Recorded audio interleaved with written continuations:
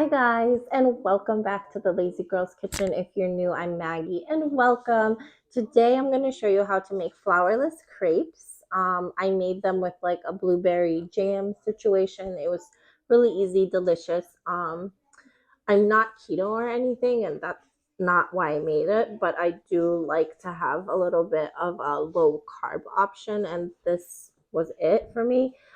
It tastes just like a crepe, almost like a sweet omelet, if you will. So if you want to see how it comes together, just keep watching.